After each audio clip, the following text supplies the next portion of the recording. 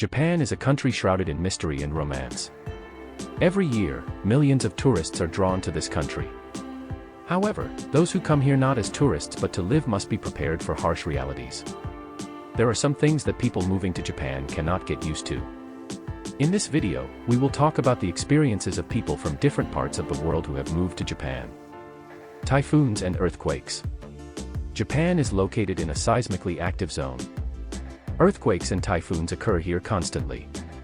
In local news, the occurrence of such catastrophes is warned about in a completely ordinary manner, as if nothing special is happening. Local residents are so accustomed to such natural surprises that they simply do not notice them. However, even a mild earthquake causes discomfort for people. How can one get used to this? Air temperature. Throughout the year in Japan, there are very few days with favorable weather. It's either rain and overcast weather or unbearable heat. Some might think that the end of summer is the most comfortable time to be here. But no. From late July to September, there is suffocating heat combined with high humidity. Breathing outside is very difficult. It's especially hard for asthmatics and people with heart conditions. Therefore, during this period, the Japanese try to spend as much time as possible indoors under air conditioning. No English. There are very few people in Japan who speak English well. Moreover, even those who know it at a basic level are not often encountered. Any foreigner who decides to move here will have to learn Japanese anyway. Otherwise, they simply cannot go shopping or do other everyday things. However, if you speak English well, you will find many Japanese people willing to befriend you. In reality, these sociable people just want to improve their English for free. Tutoring is expensive, but here's a free language expert. Moreover, they consider anyone who speaks English more or less fluently to be an expert. Dull buildings. Apart from ancient palaces and other similar attractions, the architecture in Japanese cities is quite depressing and gray. These are gloomy, low-rise buildings of rectangular shape. However, in the evening, this landscape doesn't seem so gloomy anymore, as colorful neon signs light up everywhere. Another problem with housing is that standard Japanese apartments have very small rooms and thin walls. It's cheaper to build this way. Unfortunately, this means that every sound you make can be heard by your neighbors. However, the Japanese are a people who respect others' boundaries and their right to rest. But they expect the same treatment from others. So shouting, loud music, or even emotional phone conversations are unwelcome here. At best, neighbors will make a remark to you, and at worst, they will complain to the police. Talking on the phone is not allowed in public transport. This is also because the Japanese like to keep their distance and respect personal boundaries. Even in line to board a subway or bus, they stand far apart from each other. So, don't even think about talking on the phone in public transport in Japan. This is considered rude here, as you disturb other passengers.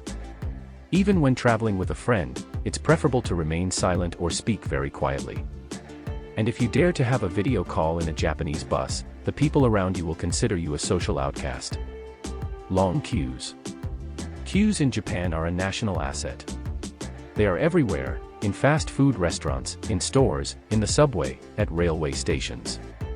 Since the Japanese are a calm and patient people, they patiently wait in any queue.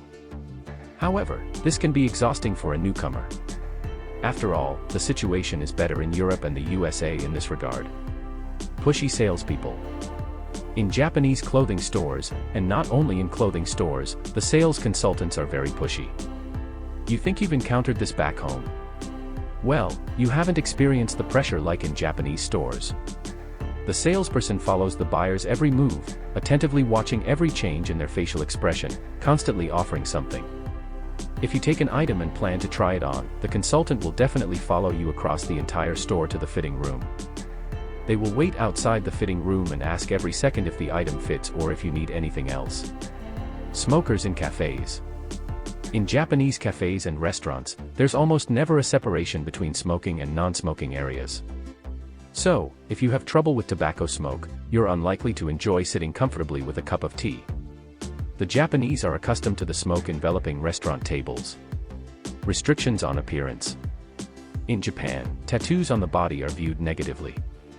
If you have them, you won't be allowed into the pool or sauna.